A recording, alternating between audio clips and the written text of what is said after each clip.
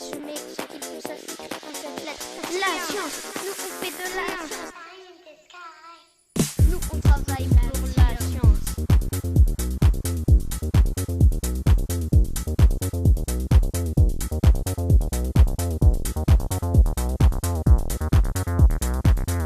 Pour la science.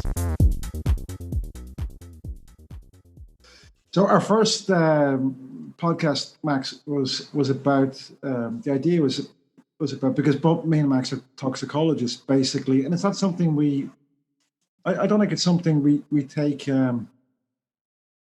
we take lightly, because I had this feeling all through my scientific career, oh, you're only a toxicologist. And also, we're new age toxicologists. We're not old age toxicologists. So old age, nothing against those people either. Don't get me wrong, but it was more histopathology in 20, 30 years ago. So both me and Max are more molecular toxicologists. So it's more about looking how chemicals interact with cells rather than whole organisms or tissues. And at the moment, that's a very interesting part of science, because we have a huge gap of what happens on a cellular level rather than on an organ level, because that's been done quite well. But we know that organs don't destroy themselves; it's the cells that do it. Our cells get injured, and they cause the issues that eventually make the organs function poorly or become disease states. So the topic we had to discuss the first time was, what if we just spinned it that actually toxicology, instead of being an outside science, is actually a core science of biology? It's a fundamental biological resource, and that most of the big discoveries were actually discovered because of perturbing a certain pathway, which is the definition of toxicology. I gave some thinking to that. So yeah, we'll get back to the more deep source later, I guess. But the idea is that in general, studying something which is functioning is pretty challenging. And it's in general mainly by the disease that you get some understanding of how it works. It's because it dysfunctions. Exactly. It's blind to you when it works, because you just see it's fine. Yeah. So then you have difficulty to understand what does what, as long as everything works. And it's only when something is no longer functioning that you get a possibility of understanding why it's no longer functioning the way it used to. Well, what's your personal interpretation of the word toxicology? What do you think it means? Yeah, right now I'm teaching it. So I started my teaching by giving kind of historical definition of it. And what's the historical definition? The origin of the term toxicon. And toxicon used to be the kind of the poison that was used to cover the arrows, the top of the arrows that were used mainly to hunt, I guess, or sometime in wartime, long time ago. And basically some cultures, I don't necessarily know which antique, probably Greek or somewhere in that area, were using that on their arrows, making them more deadly than simply arrows that were not covered with poison. And what does tox itself then mean? No, this toxicon is from the Greek term. The term toxicon comes from that. It basically means how do you call the arrow part tip? of the, it's basically the arrow tip. So that's what toxicon means in Greek, and it comes from means that. An arrow. Yeah. No, but not only an arrow. That's an arrow which is covered with poison, and that's why the association starts from that. Because I used to make some advertisement for my own tox course and things like that, by telling people that toxicology started as the science of poisons, but then it evolved and moved to a different area, which was then just in that line of thinking, it made the arrows more potent or more effective. Yeah, exactly. Because you still have some primitive culture which are using that basically get monkeys, and they use curare poison arrows. It's not arrows in that case; it's more wood stick, and they still use that. And the same is true with the Sarbacane. They also use something similar than that in primitive culture. But I heard in the Amazon tribes, or maybe I'm being wrong there, but in some indigenous populations still that haven't been, that's what we call primitive. Yeah. That they put their arrows on the back of amphibians like frogs and stuff like that, and that's where the poisons are secreted. That cats don't eat them. Yeah. And then they use it to hunt no longer men but animals, other animals. Yeah. There is still some Amazonians doing that primitive culture in Amazonia. Of course, that's what I said. That's what I said. I thought it was in Amazon. So not the girls which were cutting one part of their breast and getting on horse, because these ones are called Amazon as well. Really? What's that about? They cut their breasts and they get a horse. Yeah, so the reason the Amazon, you use Amazonian for two kind of different kind of population. Amazonian are people living in the Amazon forest in South America, and you also have the Amazons, which used to be female warriors. And these female warriors were very efficient, and to be able to shoot arrows without being inhibited by their breasts, they were apparently cutting. I think that's a legend probably, but they were cutting one of their breasts, one of their teeth somehow. That's probably what inspired the Wonder Woman. Videos. Wonder Woman is said to be one of these Amazon girl, but I think she's also from another planet.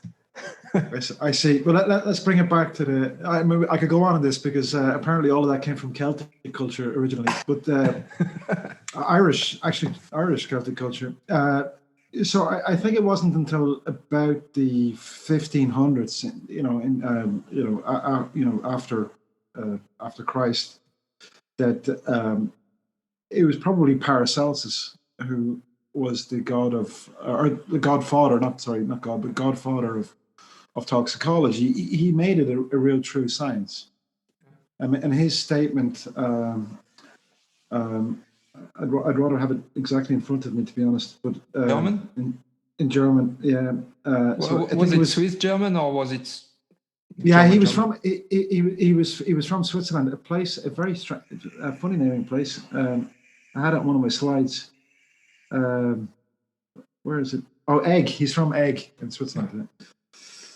And he said, if I can, I'd rather have it exactly, but basically, alle dingen zijn gift, and niet is only gift. So everything is poisonous, and nothing is without poison. And then his next line was, only the dose makes the poison. And I also teach, Max, and you have to instill this into students that everything is poisonous. Water, and I'm not talking about drowning. I'm talking if you drink too much water, you can have brain edema if you don't relieve yourself, if you don't urinate.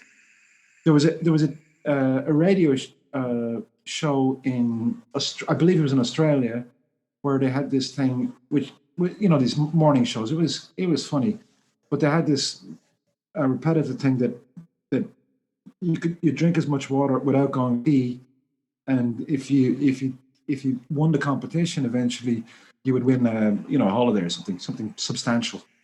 And one of the contestants died. She died of a brain edema, and so even water itself, nothing is innocuous. And to non-toxicologists, it's simply that anything you put in the environment of a cell that makes it able to do cellular homeostasis, that means making everything normal within its own environment or within these parameters, will kill it. And our body is a very, it's amazing that multi-organism systems are alive at all, but very complicated ones like the human being or mammals. I mean, we're not that much more complicated than a mouse, but it's amazing they exist at all.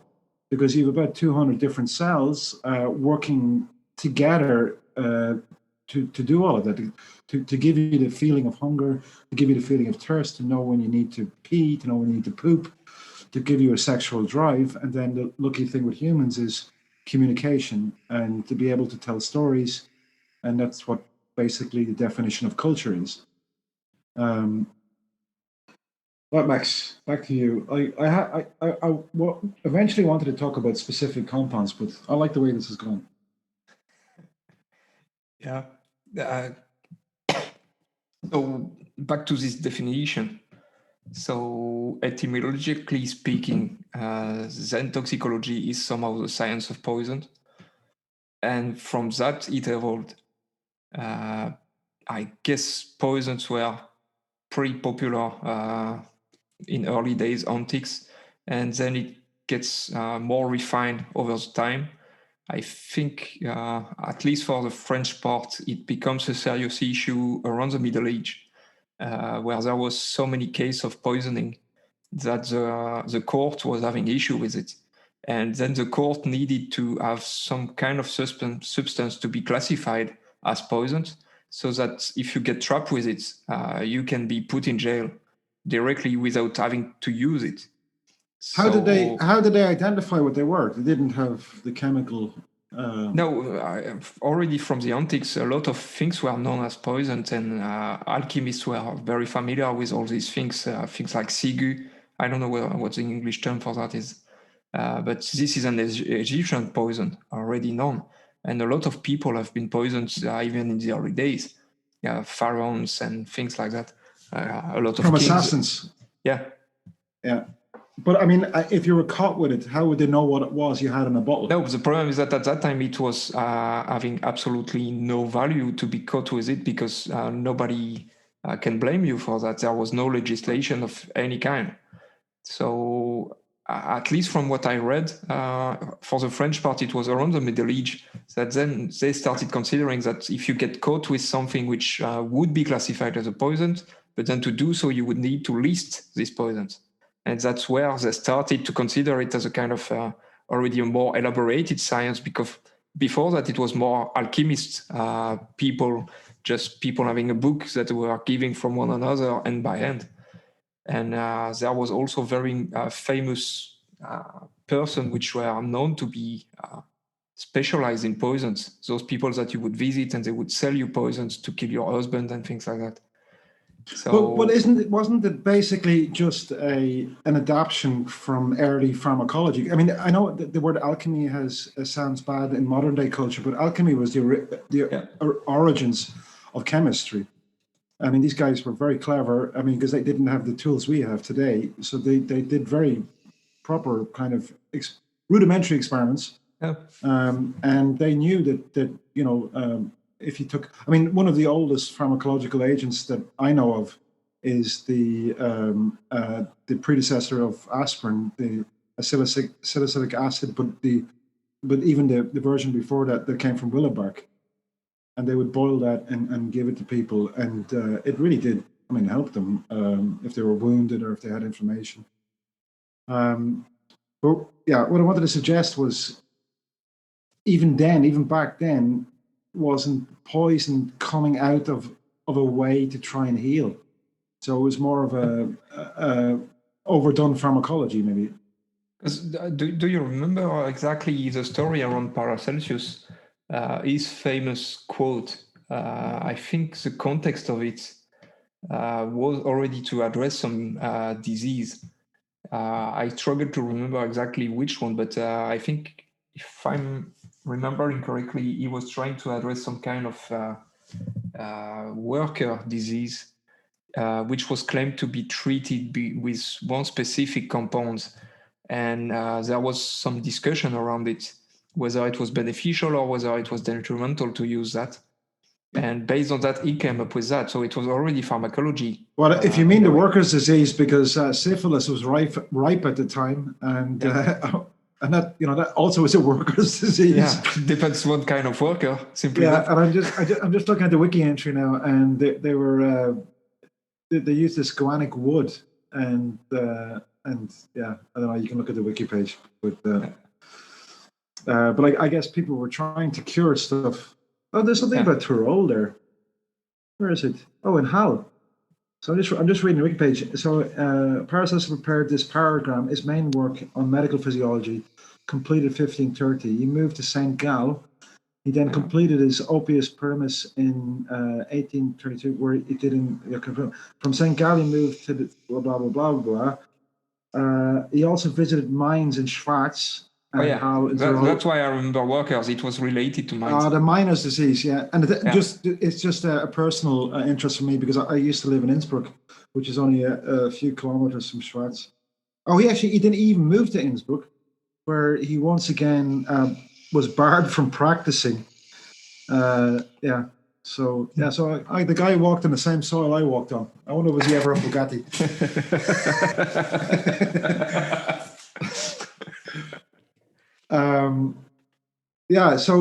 So Paracelsus kind of made it a kind of a bit more concrete science. Do you know the story of Hahnemann? Nope. So I don't know when Hahnemann lived. I think it wasn't that long ago. I'm just going to look him up now. So he invented homeopathy. Yeah, no, but he wasn't a charlatan. No, really, he wasn't. Yeah. So what the doctors at the time. No, but now I remember who it is because I've seen a few documentary on homeopathy and this principle of Hahnemann. Yeah, but it's not that he wasn't. He was a proper scientist. He just was, I would say, slightly ignorant to what we know now. But of course, that's science. You only know what you know now. You can't know what you know in the future. And he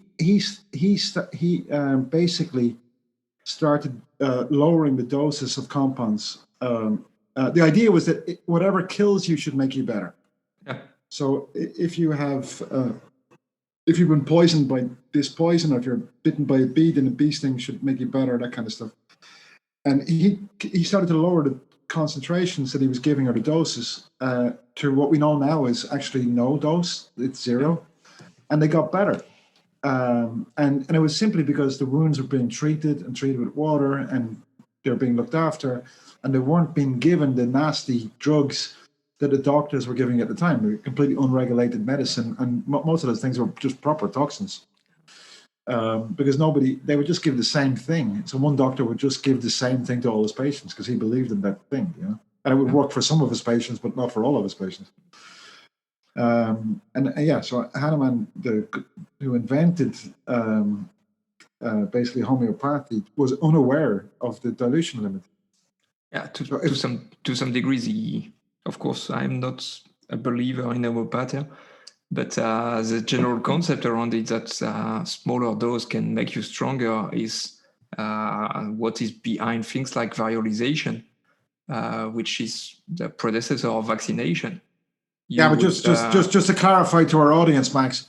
First of all, the principle was stupid. That the thing that will kill you would make you better. No, it depends what. Well, I want to get back to that actually, because it's a thing called hormosis. Actually, I don't know if you're aware of that term, but basically Hahnemann wasn't a charlatan, and if we had explained it to him today, he would have said, "Oh yeah, that's bullshit." Yeah. So just to be clear to our audience, homeopathy is complete bullshit. Water does not have a memory. Yeah. I mean, it's just nonsense. It's absolute pure nonsense. Okay, Max. So hormosis, you know anything about that? No, not hormosis. No, so hormosis is this idea that a little bit of poison is good for you. Yeah. Okay. Because it's just when you bring it back to immunology and the idea that you would somehow acquire some, you would train your immune system by giving it challenge.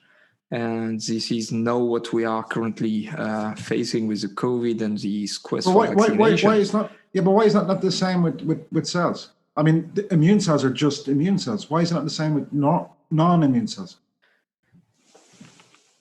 Oh, yeah, you can. Yeah, why not? But because you know that arsenic was used for centuries as a tonic. Yeah. And it made people's blushed their made them vasodilated in their faces and stuff like that. So there's a concept that a little bit of toxin is good for you, as long as it doesn't go over the threshold. Yeah, the saying that everything that does not kill you makes you stronger is still very well used in France. Yeah, but that's just a bullshit phrase, right? Yeah, it also relates to the immune system, I guess, because a lot of the I think it's people more. which- I think it's which- more. yeah, Yes. the more survivor driven from a specific disease, in particular contagious disease, the survivor were immune. And I guess that supports this idea that what doesn't kill you makes you stronger, in the sense that it makes you immune. And this idea of viralization, viral was making a lot of dead, in particular in the Middle Age. And at that time, investing into a child, knowing that his chance of making it through the next viral episode were very limited, makes it that the beneficial risk balance was good to the idea that maybe if you administrated voluntarily the viral disease, maybe if he makes it, then that's worth giving him some medication and some time and some food, which was precious at that time.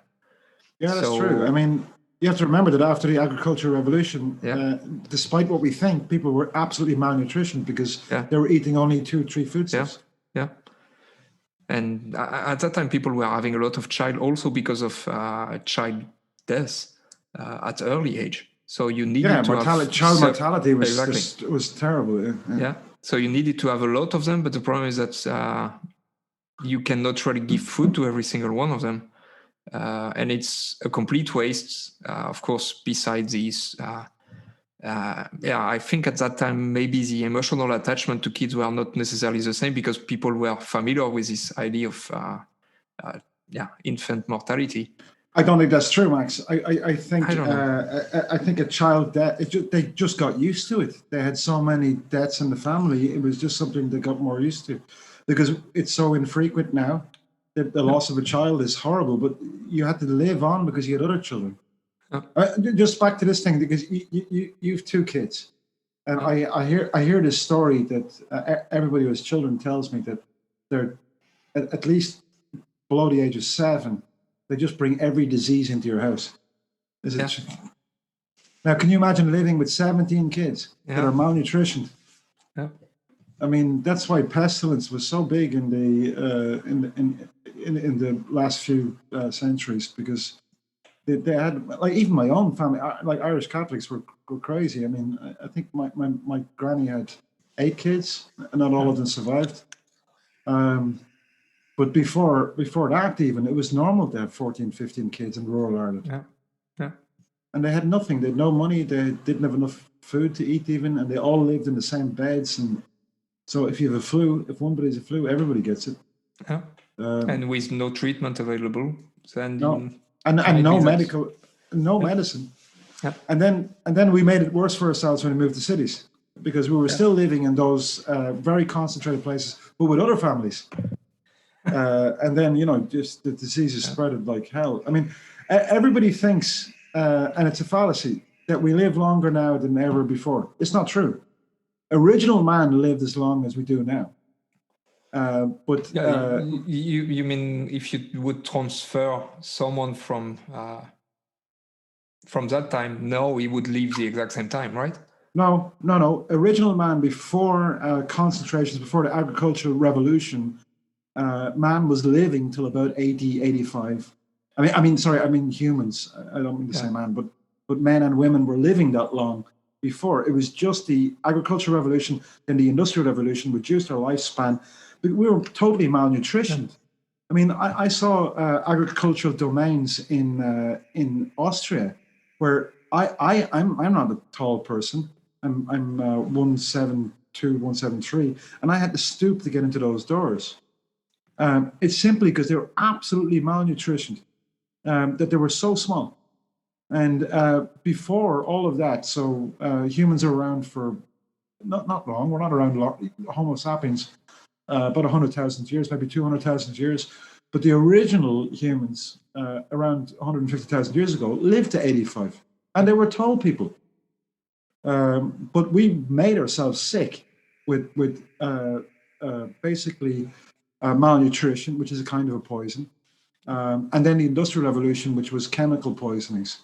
And this actually, I wanted to come to that because so in the 1800s we started making it was the birth of synthetic chemistry, and then workers and we polluted the entire local environment, and then these people who worked in these factories were basically slaves, and they were malnutritioned as well, so they couldn't even fight the toxins they were giving them. And then toxicology got a new birth in the early 1920s by a guy called J.W. Trevin, who invented this LD50 test, where you could actually do comparative toxicology by using mice or rats, but it was usually mice at the time, I think. And you could just see what was the concentration to kill 50% of a mice with a one-time injection over 2 weeks. So you just inject them once and see how many mice would die, basically, in a controlled way. And that made the ability to do comparative toxicology. And then you could basically assume that something was killing this amount of mice should not be in the air, or at least that people shouldn't be. And then over the years, you develop safety things like gas masks or just masks or even eye goggles, that the workers would be safe. And I remember as a kid myself, I know I'm going on a monologue, but we had, I grew up in the 70s and 80s in Dublin, and it used to be just green fields. And when we moved there, they made it all these housing estates, and everybody was burning coal for the first time ever in that landscape. And I remember in the winters, you couldn't see. You simply couldn't see. It was just covered in smoke. And that was in my lifetime. And then the government regulated it eventually and said, you can't burn smoky coal, you can only burn smokeless coal. And now today, nobody has a fire inside anymore in Dublin, because it's too complicated. And it's just use gas or electricity. Yeah, I started teaching ecotox and got interested in this smog, which is something I tend to forget. And there is that's what it was. It was basically smog. Yeah. And there is a nice movie about it, and people tend to forget because I think that was probably late 50s, the big smog in London. And but in Ireland it was in Dublin it was in the 80s, early 80s, late 70s. Yeah. But the number of deaths was quite amazing. Yeah, and incidents of asthma and everything. It was crazy. Yeah. So let's go back a bit. Or refocus. So everything we've talked about so far is about toxicology. No, really, it is. Yeah. But the question is, toxicology, a fundamental branch of biology. Yeah. So where do you feel? That's my proposal. I don't know if Max agrees with that. Yeah. No, we will definitely deviate, because the important question for me is there a need to classify different branches of science, and why this need? Why is it, or why would that be important to classify different branches? But we do it inherently. So I know we do it, because the division I work in, that I'm currently the chair of, is called molecular toxicology, molecular and computational toxicology. And I think you have to. I mean, in science, you have to have a niche and work at these problems from different angles. So I work it from a toxicological angle, although I'm very interested in cell biology. And I propose that title because I think by inhibiting pathways, you learn about biology. You learn more than you would do by naturally just looking at stuff. That's why I proposed this. Yeah. Because to me, at least, that's pretty recent that I would kind of classify myself as toxicologist as one of the main topic I am working in. Well, the other thing is I don't like the title. I know, not of my division. I like the title of my division, but I don't like the title as myself. I don't like calling myself a toxicologist because number one, I'm not. I'm a biologist. I have a background in pharmacology and toxicology. But I'm primarily a biologist. That's what I am. I'm not a chemist, which is an awkward thing because I work in a chemistry department. But they also see it the other way around. They see that cells are just bundles of chemistry, organized chemistry, and that's what life is. Just extremely well organized chemistry. So I think the melting pot of So yeah, maybe the whole toxicology thing is just a ruse, but the idea is that biology is a part of chemistry, and chemistry is a part of biology. Yeah. And toxicology is just when chemistry interferes with biology negatively. Yeah, because as strange as it looks, the French likes also this different kind of classification. And I know that myself, which now I'm doing mainly toxicology in terms of research activities, and also but you also do transfer across the blood-brain barrier. It's not just toxicology. Yeah, it's right? pharmacology, this one. Yeah. But I was trained as biologist, physiologist, pathophysiologist, and the lab used to be, and is still a lab in pathophysiology, and our niche is the blood-brain barrier. And because of that, then we entered cell modeling, and we are interested in cells. But currently, anytime I have to kind of register for anything which is related to my administration at the state level, I cannot apply for anything related to toxicology, mostly because this toxicology part is associated to pharmacology, and this pharmacology and toxicology are part of the pharmacy school. And I'm not a pharmacist. And as such, it means that for them, I will never really be considered as a toxicologist because I'm not in the right track for doing so. But just I'm confused by that because and if we actually release this version, Max, our audience might be as well. So for me, I have a very clear distinction between pharmacy and pharmacology. They are sister science. No, I don't believe they are. I mean, yeah, sister science, but they don't intertwine. If you study pharmacy, you're basically studying to be a human chemist. That you sit in a pharmacy to administer. You need to know all about it, but you don't need to know about the molecular interactions per se. I mean, it's handy, but well, listen. No, sorry, maybe that's wrong. But the other way around. So when I studied pharmacology, I didn't need to know anything about the drugs on the market, just the ones that were cases. Yeah. So we studied cisplatin, for example, and a few other chemicals, but I didn't need to know all of the plants and all of the phylogenealogy of all of that because I wasn't going to be. So if you study, and don't get me wrong, pharmacy is a very, very tough thing to study because you need to know all of those compounds. You need to be very chemically minded, and it's a very. I know people joke that you're just selling lipstick, but it's a very tough job because if you're the pharmacy person responsible on a shift or even for a pharmacy, you have everybody coming in. You're the last line of defense for the doctor messing up, and they mess up quite often. Oh no, oh God, you shouldn't be taking that with that, for example. Yeah. So, but I don't think pharmacy is a branch of research science. That's where I do not fully agree because there is some kind of a distinction within the pharmacy track in France. I think after their fourth year, when they enter the fifth year, then they have to make a choice. And this choice is to select between two branches. One branch is the one which go in officine. Officine is the one which are selling the drug in the pharma store. And the other branch is the industry branch. And of course, the industry branch is much more close to what academic labs look for. Then they look for mechanistics, they look for targets. And sorry. So you mean that? Let's say this is, or I'm ignorant because I never trained pharmacy students. So some of them go into pharmaceutical science. Yeah.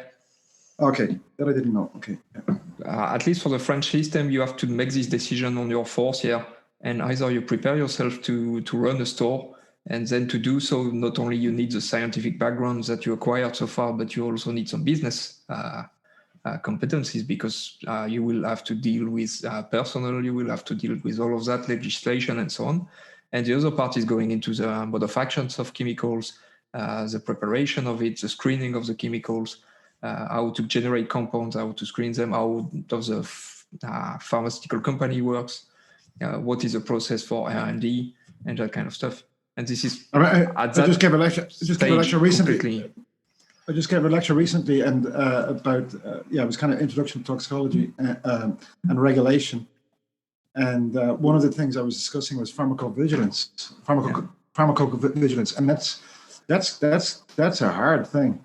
Yeah. So all of these contraindications and these, it's basically stories that your patient, well, not your patient, they're not their patients, they're their customers. Tell them, and they have to check up. I mean, the GPs are the patients, and they follow that up as well. But it's a tough business. This vigilance on drugs, and we learn a lot by that actually. So post-marketing is actually the real world scenario, where people are taking stuff that you don't. I mean, they probably you never expect them to take that combination of 2 drugs or 3 drugs or 4 drugs. Yeah, but this is a strange part also that the pharmaceutical industry is already part, or at least in France, it's an essential part of this pharmacovigilance. This is one of the responsibility of the pharmaceutical company on the paper to really take serious every single case like that and to bring them back up and synthesize it and ideally identify what is going wrong. Is it a batch issue? Is it a combination? Is it related to a wrong combination, a misuse? Is it that they missed something during the clinical development of the compound? And all of that is really serious. I just looked up, just out of interest, this guy Hahnemann. It was Samuel Hahnemann. So what's the date? He lived from 1755 to 1843. Yeah. Okay. And I'm not going to read the whole wiki page. I mean, it would be ridiculous if we had this podcast 10 years ago and we're reading wiki pages because they were just all misinformation or just poor. But actually, wiki got pretty good over the years. Yeah. It got better. Yeah, much better. Yeah. So, I mean, I wanted to tell it. Oh, yeah. Back to the deviated question. So you partly addressed it. Why is it so important to define every single branch of science as one? Is it because of kind of ego between scientists that every single one of us wants to have his share of the science? No, I don't. The specialist of this new science that you created, basically. No, I think to a certain extent some of that exists. In very related science, but I think in general, I can't. I mean, I'm not chemically minded. I wasn't chemically trained, so I mean, there's no way I can do even think to do organic, inorganic chemistry, or even teach it. To be honest, and I'm in a department of chemistry. I mean, what I teach is how chemicals interact with biology. And that's where I'm good at. And I compliment my colleagues in our department with that because they're very good at because they know the chemistry they're developing and they're very good at the pathways. I mean, they know all even better than me of what chemistry they're developing. But when it comes to the global thing about what cells to use and you know what how could you do it, I have interesting ideas for them. So that's a synergy. I think you have to specialize in something to synergize later. Because if we're all global scientists, we wouldn't get anywhere. Yeah, because isn't it mainly because also of the amount of knowledge getting bigger and bigger that it's no longer possible to have a knowledge of every discipline? But when you look back at these people, Paracelsus was an astronomist, an alchemist. He would be considered now the godfather of toxicology. He was a pharmacist. He was probably more than that. And even but I think as well in the past, Max, there wasn't enough money in it either. So I mean, generally education-wise. So a lot of these people were quite rich independently, or they were financed directly by rich people, and they could afford a certain lifestyle. And now it's changed because we see it as a kind of an economy, a branch of our economy, and also a branch of our society that will figure things out to improve society sooner or later. And I think that changed it. And I mean, if you look at anything even in human culture, it was necessary for one tribe to be different and then come back together so you could recombine the knowledge. And I think that's what's happened to science today. I mean, Max, me and you wouldn't have met if you studied nephrology, we would never have met because they only picked one person who knows about kidneys in one project. Yeah, you were in because you did BBB. Yeah, no, but that's the idea behind it as well. Is that, and I assume you're the same. I'm always learning more when I am confronted to people which are not directly working in the same area and same field as myself. No, because true. And they will have a complete different knowledge, and I will learn a lot from them, while they will probably learn from me as well. And then you also know between me and your engagements, we have a lot in common too, because cells are cells. Yeah. So just for the audience, me and Max grow humans. Well, Max started off with bovine cells, and I actually started off with rat cells. But now we're mostly growing human cells. Max specializes in a blood-brain barrier, which protects the entry of chemicals into the brain. And I specialize, historically on the kidney, but also now into liver, and I want to get into cardiac and lung. Well, I did some lung before, but they have a lot in common, but certain cell niches are distinctly different than other niches, and you have to be trained in that, and you have to know what's good, because you need to know what to. So I think me and Max spent a lot of time developing how you would grow those cells to an adequate level where you could do decent research, and that's tedious. And we need to know what. I mean, I remember we had this thing with Open Talks, Max. Like, what would you define what's good enough? Yeah. And I think that's why specialization is important. Yeah. Yeah.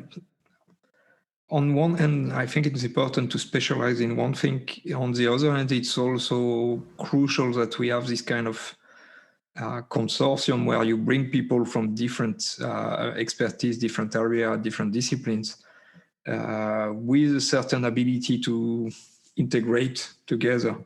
Yeah, exactly. So it's separation and assimilation, and I think that's how cultures developed, and that's how science developed. Yeah, and then argue and even fight. Yeah. I mean, until you develop a consensus. Yeah. So science is all about consensus.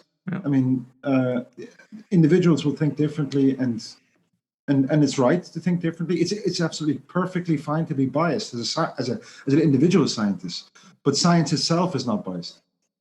So a scientist is biased, but science itself isn't, and that's the beauty of science.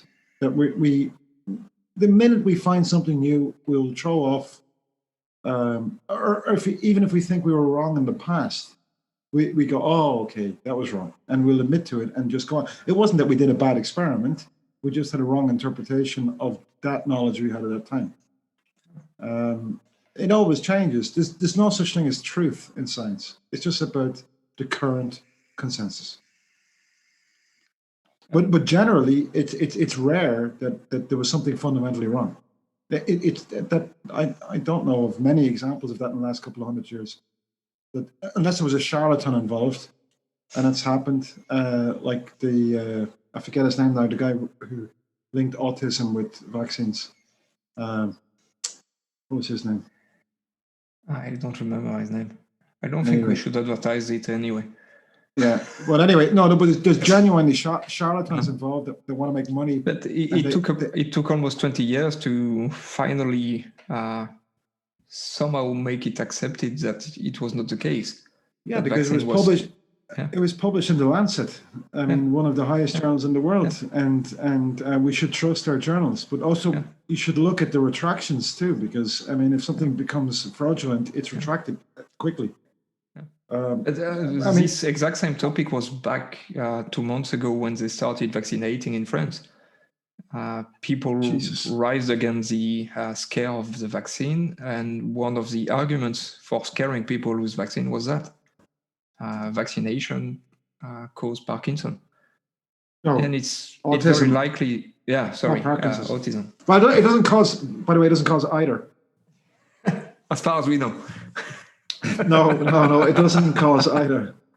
It was Andrew Wakefield. Okay. Wakefield. No, it doesn't cause either. So the argument against science is that because we have no proof for something means it could be possible. That's bullshit. Yeah. A lack of proof is a lack of evidence, which means it's unlikely that it happens. Because scientists always try and find proof. So if there's any connection, you can be guaranteed to be hundreds of scientists just trying to find the connection. And if they can't find it, it means it doesn't exist. Let's not get into God, but you can do that experiment with God. that's yeah. Anyway. So non-scientific people think a lack of evidence means that there's a possibility. Yeah. Scientists are the opposite. A lack of evidence means it's unlikely. Yeah. But that's why it's sometimes a dead end to discuss with some people. Because it's not that you fell short of arguments, it's that you cannot understand as a scientist their argument, because their argument is because you can't prove it. It's possible. Yeah. And Max, I think we should make a bio break. Yeah. Are you controlling the recording or me? I forget. I can stop it or pause. Yeah. So after our bio break, let's recap. What have we discussed? That's we are making little progress regarding the schedule and the program, but anyway, we come with some important things for lay audience. First was homeopathy is a lot of bullshit or complete bullshit. That was one point to be made. Second point was it's not because basically it should be phrased correctly. Correlation is no causation. When do we mention that? That's an important point. That's somehow the link between Parkinson and vaccine, and because there was no correlation either, Max. Just to correct the record, there was no correlation. Wakefield made all that up. He generated data. It wasn't true. None of it was true. There was no correlation either. It was just bullshit. The whole thing. Yeah, but it can be said that correlation is no causation. No, but there was no correlation either. But I agree with that case. It doesn't mean that the statement is not true. But let's actually spend a few minutes talking about the AstraZeneca virus, right? Yeah. So I understand that it's been... Yeah, it's not AstraZeneca virus, but AstraZeneca vaccine. Oh, sorry, vaccine. I keep making that mistake. But look, it's really a pity all of this happened.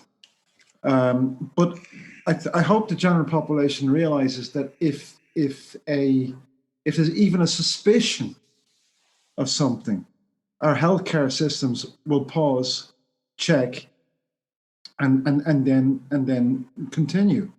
So I know we've had a couple of weeks now of this, and it seems like the EU is it looks like a war of words between the EU and Britain, and I know there's reasons for that as well. But you have to remember that regulation is complicated, but it's not as complicated as we think. So the EMA had originally approved it, and then when there was suspicion of blood clots, they stopped and they checked the dossiers because there was a whole load of new data, and it takes a few days to go through all that. In fact, I thought they were very quick. And then the EMA said, no, we've looked at it, there's still no problem. Because what they saw was the incidence of blood clots, I mean, these are the peripheral blood clots, were even lower or the same as in the regular, in the non-vaccinated people.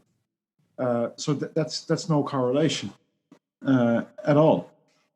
And I know there's a brain one as well, and I think they've come up and they have no proof of that either. But I think that has to go a little bit. But anyway, they declared that the benefit definitely outweighs the risk. Because if you get COVID, you can get all sorts of blood clots and die, I would think. So, and I know people were disappointed that the EU didn't just do it unilaterally, but that's not the way the system works. The EMA makes an observation and declares something, and then every single regulatory unit, which is the individual countries, can accept that or deny that and delay it longer.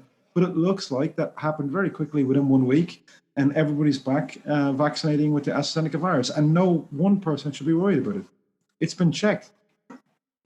Max. So you probably missed that, but the French health authority stopped it below the age of 55. No, I heard that. I forgot about the French.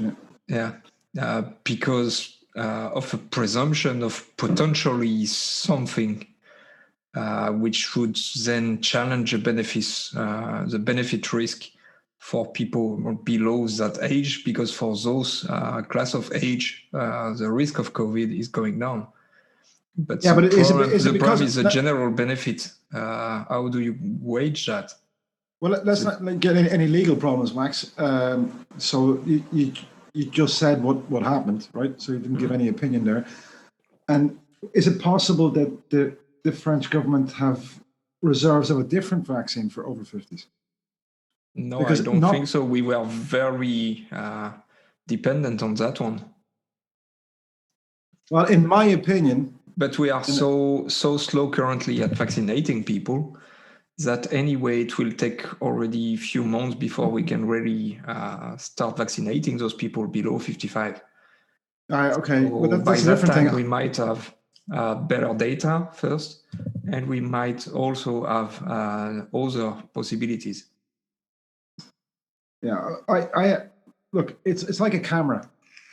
The best camera you have is the one in your hand, and the best vaccine you have is the one your GP will inject you. So I really play with people. Don't decide which vaccine you want. Just take the one you're given. Yeah. They're all better than nothing. I mean, by a factor of some thousands better than nothing. I got phone call from my parents-in-law, from my own parents, and from my auntie about this exact that. I'm supposed to get vaccinated tomorrow. Should I take it if it's AstraZeneca? And you said yes, I hope. I said yes. Yeah, of course. I said, from what I can see so far, at that time, the EMA hasn't released any comments, but the numbers were already there. I mean, millions the numbers of people, were ridiculous. 5 million vaccinated, 30Ks, which was lower than the general population. Which is just statistics, by the way. Yeah. Because that can happen. So it's not possible the AstraZeneca virus or vaccine protects against clots. It's just that's just a statistical binning. But basically, it proves that it's definitely not causing more incidences. Yeah.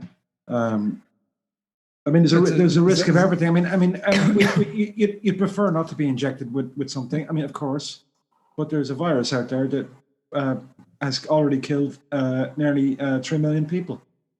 And we're all sitting at home, and as soon as this is over, the better. So let's everybody get vaccinated, whatever fucking vaccine is available. It's a pity because I really like the idea the Oxford AstraZeneca vaccine was made to be a kind of a more rudimentary one that was non-for-profit and that could go to Africa and stuff like that. And it's just a pity. I think this is just noise, though, Max. I think that the problem is every country's worried that we don't have enough, and everybody's just frustrated now, and that's all. Yeah. And I'm sure AstraZeneca are doing their best to increase their production.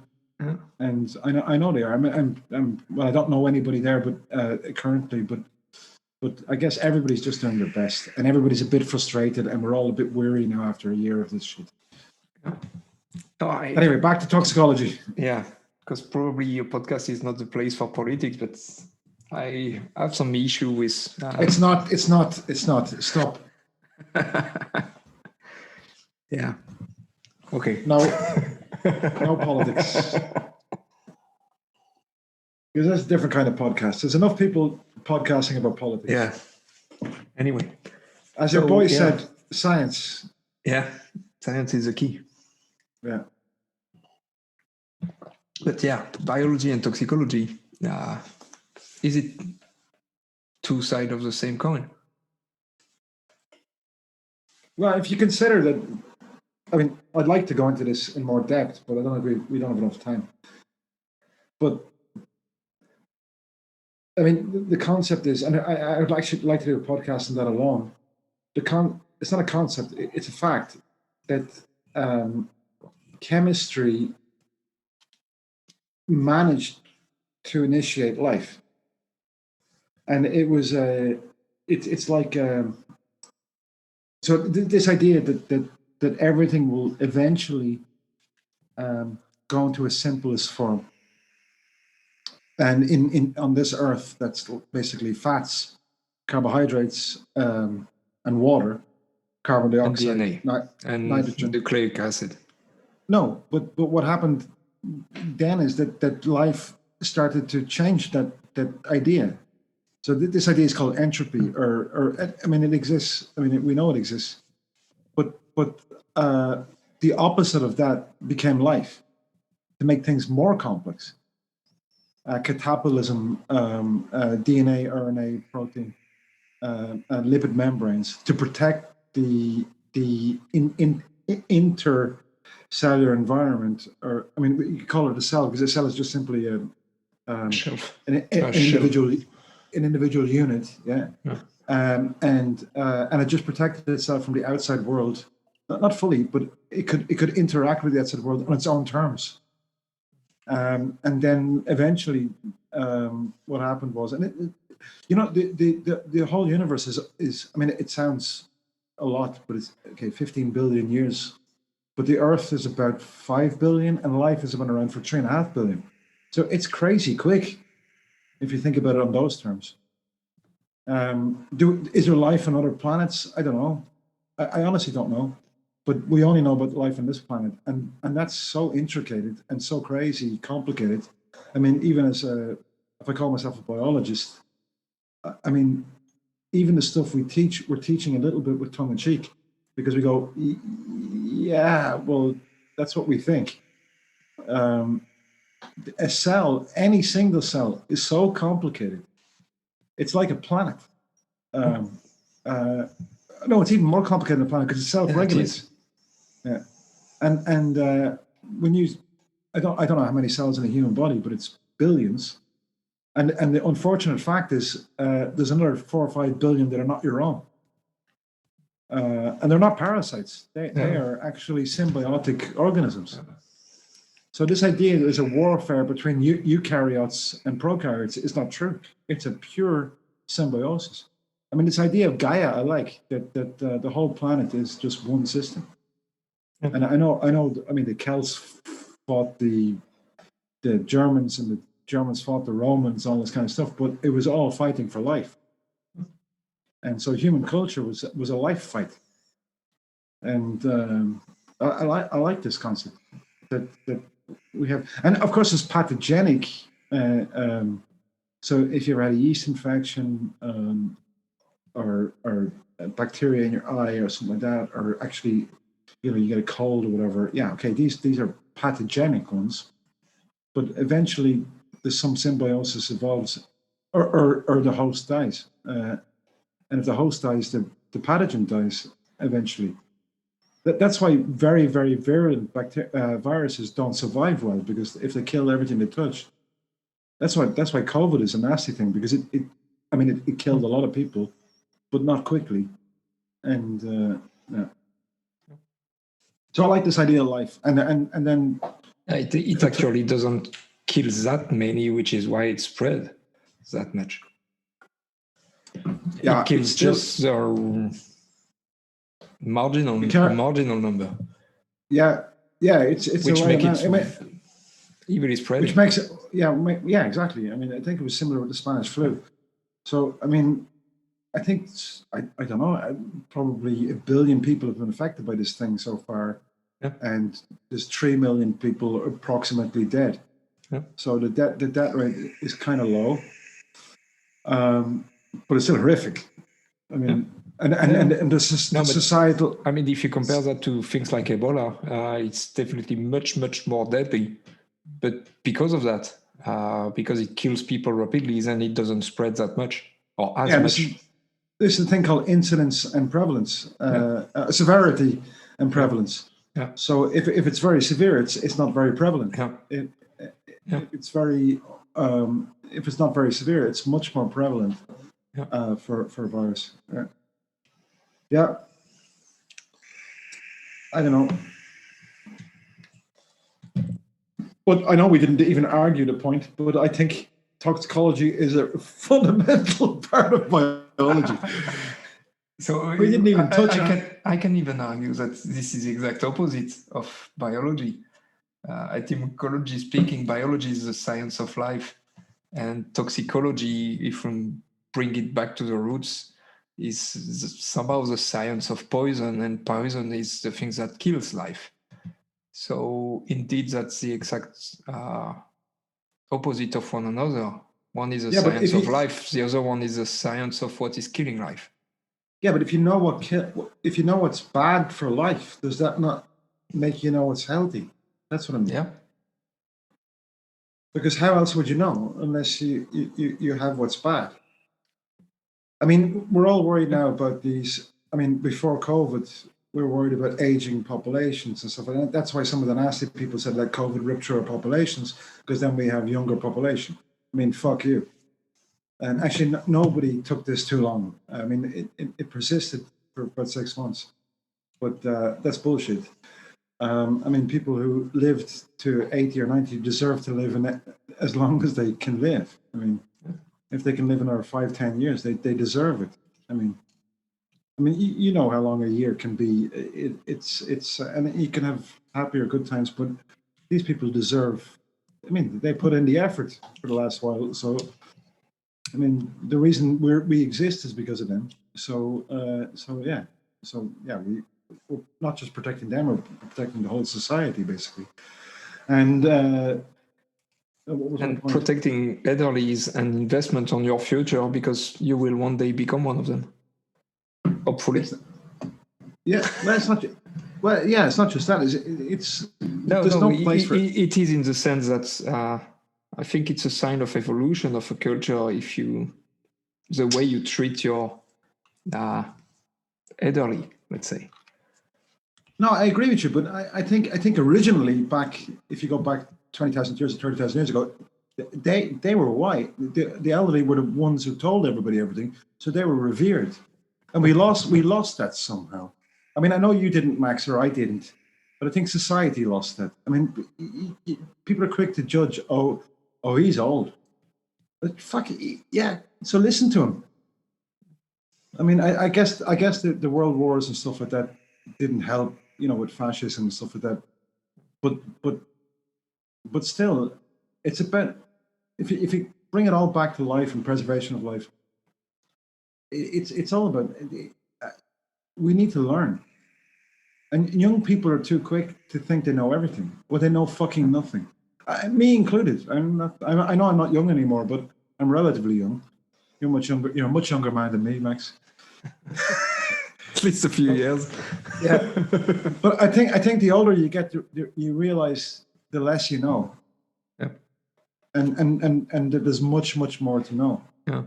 And young people, it's natural, and I don't blame any young people.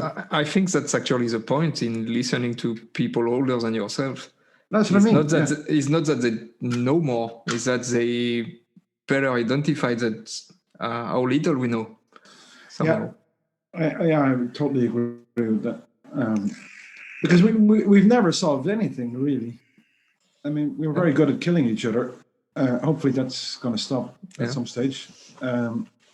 We're very good at pointing at you're different to me, so you shouldn't live in my area, or Yeah. whatever. I hope we are getting better at that as well. Yeah, I hope so too. But I think this is a testimony, Max. I mean, the Yeah, European... we used to be, or at least, of course, it's depending on which culture or society you live in, but we used to be pretty good at also making a lot of difference between gender, and we seems to progressively evolve on that respect. Yeah, I mean, I think until the 1940s in England and Ireland, a woman couldn't open a bank account. Yeah. She needed the permission from her husband. So if you weren't married, you needed an uncle or something like that to open a fucking bank account. I mean, how ridiculous is that? Yeah. Can you imagine suggesting that to your wife today, that you would need to look at her bank account? My son was just, I was helping him studying his history course about election of the first French president, which was the first one to be elected at the, how will you call it, universal vote? Does it work in English? Well, is that when everybody can vote? Is it? Yeah, we say universal. Yeah. And that was called the masculine universal vote, meaning that was universal, but only men can vote, which today would, and anyway, which makes absolutely no sense if something like half of the population can actually not vote because they are not entitled to, but you still call it universal, like it would apply to everyone. And that would exclude half of the population. Yeah, exactly. And that's your mothers and sisters and daughters. Yeah. And it's crazy. Yeah. I think Ireland is still a very matriarchal society. No, matriarchal society. Oh, yeah. It wasn't politically, but it was at home. And you looked up to your mom and your grandmother and grandmothers, and they were the ones that drove the families. I don't know if that was the same in France. Also, you're a bit younger than me. But that could have been a Celtic thing, because I understood the Irish Celts were very matriarchal. But the new kind of political systems we developed in societies completely denied their voice. I mean, like, completely. And it's a disgrace. And let's hope we learn from these things. Well, I think we have. I mean, that would be another podcast, I guess, Max. So, yeah, let's close this episode. Thanks for listening to us. I hope you enjoyed it. Put on the jingle. Il parle de microscope. C'est de meilleurs potes. Il parle de microscope. C'est de meilleurs potes. Il parle de microscope. Ça parle de bactéries parce que c'est des grands amis.